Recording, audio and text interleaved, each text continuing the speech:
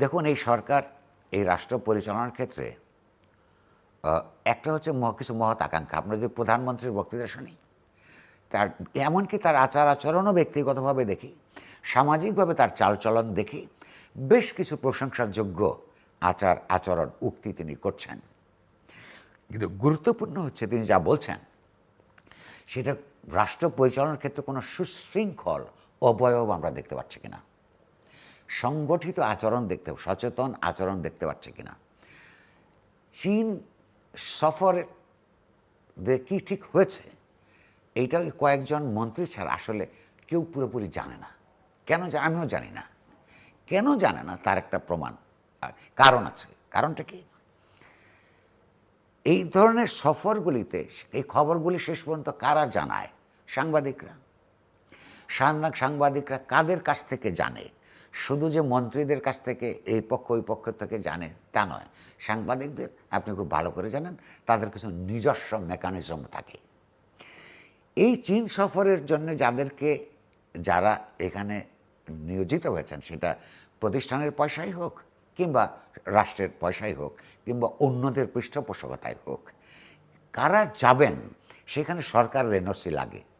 দেখবেন এগুলি যেন একটা রিওয়ার্ড পানিশমেন্টের ব্যাপার হয়ে গেছে।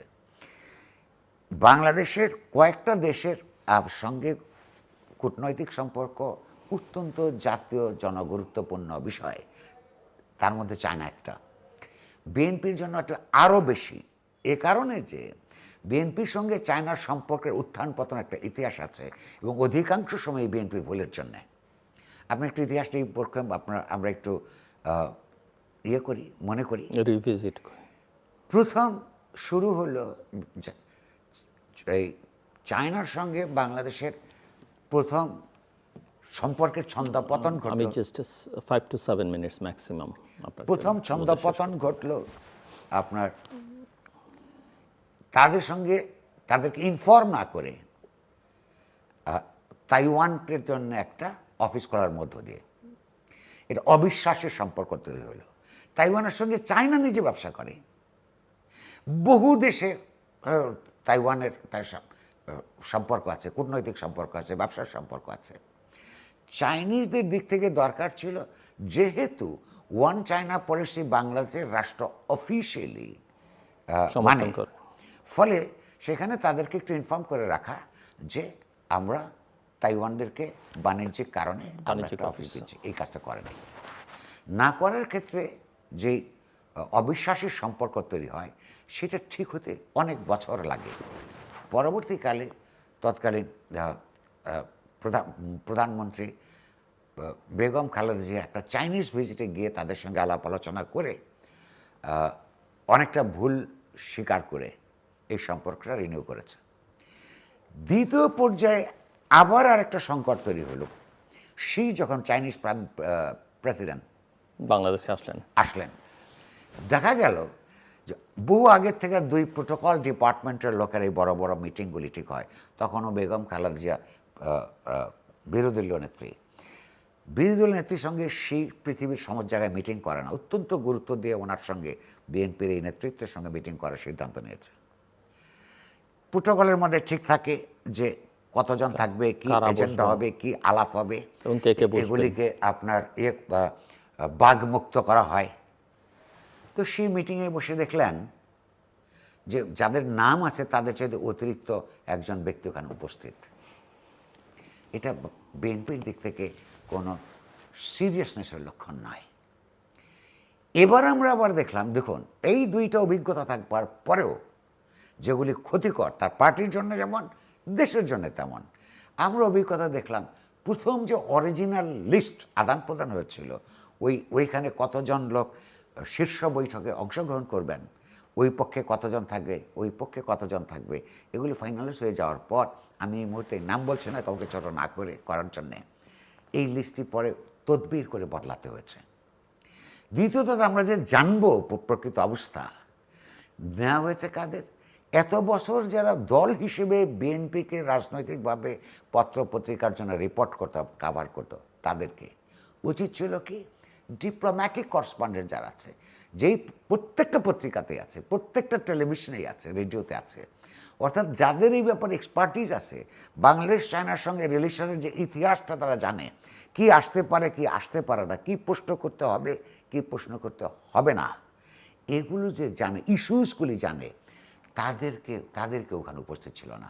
ফলে যে আপনি আমি জানি না, কারণ এই পলিটিক্যাল রিপোর্টাররা যারা দলের হয়ে রিপোর্ট করেছে, দলের হয়ে না দলের রিপোর্ট করেছে, তারা তো ইস্যুস জানে না। সর্বশেষ লক্ষ্য করুন, ঢাকায় ফিরে তারা ব্রিফ করলেন। পররাষ্ট্রমন্ত্রী ব্রিফ করার পরে আমরা দেখলাম আরো 4 জন কথা বলল। পররাষ্ট্রমন্ত্রী সাধারণত এগুলি ফরেন সেক্রেটারি করে থাকে, পররাষ্ট্রমন্ত্রী থাকেন, তিনি প্রশ্ন নেন। পররাষ্ট্রমন্ত্রী ওই মন্ত্রণালয়ের হেড, তারপরে আর কারোর কোনো কথা বলার কারণ নাই। তারপরে দেখলাম একজন উপদেষ্টা প্রধানমন্ত্রীর বিষয়ে, হ্যাঁ 2 জন এ ব্যাপারে কথা বললেন। এই 3 জন কথা বলার পরে জানা গেল, পররাষ্ট্রমন্ত্রী বললেন এখন ডিটেইলসে বলবেন আপনাদের ডিজি এই ডিরেক্টর সাহেবরা। তাহলে আপনারা 1 ঘন্টা কী করলেন? এই যে অ্যামেচারিজম, অর্থাৎ চায়নার মতো একটা গুরুত্বপূর্ণ দেশের সঙ্গে কি হলো না হলো সেটা হ্যান্ডেল করার ক্ষেত্রে যে প্রফেশনাল ম্যাচুরিটি দরকার, সেই ম্যাচুরিটি দেখাতে পরিপূর্ণভাবে এরা ব্যর্থ হয়েছে। ফলে আপনার প্রশ্নের উত্তরটা হলো এই, আমি অনুমান করি যে চায়নার সঙ্গে বাংলাদেশের একটা নতুন সম্পর্ক তৈরির জন্যে, কারণ আওয়ামী